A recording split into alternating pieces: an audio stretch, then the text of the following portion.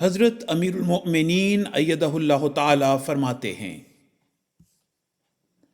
اب امت کو تو یہ حکم ہے کہ کوئی کسی پر فخر نہ کرے، لیکن کیا ہمارے عمل اس کے مطابق ہیں؟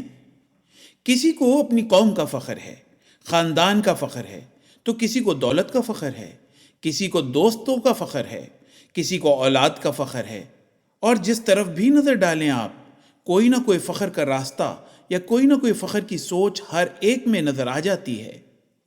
پھر اور تو اور بعض دفعہ بعض لوگ اچھے سوٹ سلوا لیں یا کپڑے پہن لیں تو اسی پر فخر ہونے لگ جاتا ہے۔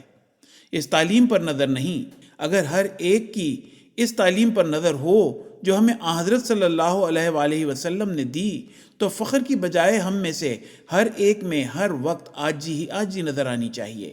پھر دیکھیں، روایت میں ہے جس طرح آپ صلی اللہ علیہ وآلہ وسلم نے اپنے زبردست مقام کے بارے میں اعلان فرمایا ہے کہ انا سید ولد آدم ولا فخر، یعنی پہلی بات تو یہ انا سید ولد آدم، اور پھر ساتھ ہی عاجزی کا بھی ایسا اعلیٰ نمونہ دکھایا ہے کہ پھر فرمایا ہے کہ ولا فخر، کہ میں تمام بنی آدم کا سردار ہوں، اور یہ بہت بڑا اعلان ہے، لیکن عاجزی کی انتہا کہ مگر کوئی فخر نہیں کرتا، اس میں مجھے کوئی فخر نہیں ہے۔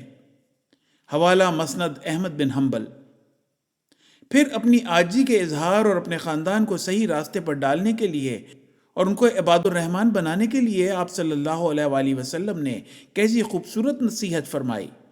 ایک موقع پر آپ نے اپنی پھوپھی صفیہ کو فرمایا، اے میری پھوپھی صفیہ بنت عبد المطلب اور اے میری لخت جگر فاطمہ، میں تم کو اللہ کے عذاب سے ہرگز نہیں بچا سکتا، اپنی جانوں کی خود فکر کر لو۔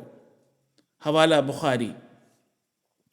تو ہمیشہ اللہ کا فضل اور صرف اس کا فضل ہی ہے جو انسان کو بچائے، اور ہر وقت اس کے آگے جھکے رہنا چاہیے، اور اللہ تعالیٰ کے احکامات کی ہر وقت تعمیل کرتے رہنا چاہیے، اور اس کی مخلوق کی خدمت کرتے رہنا چاہیے۔ حوالہ خطبہ جمعہ فرمودہ 2 جنوری 2004۔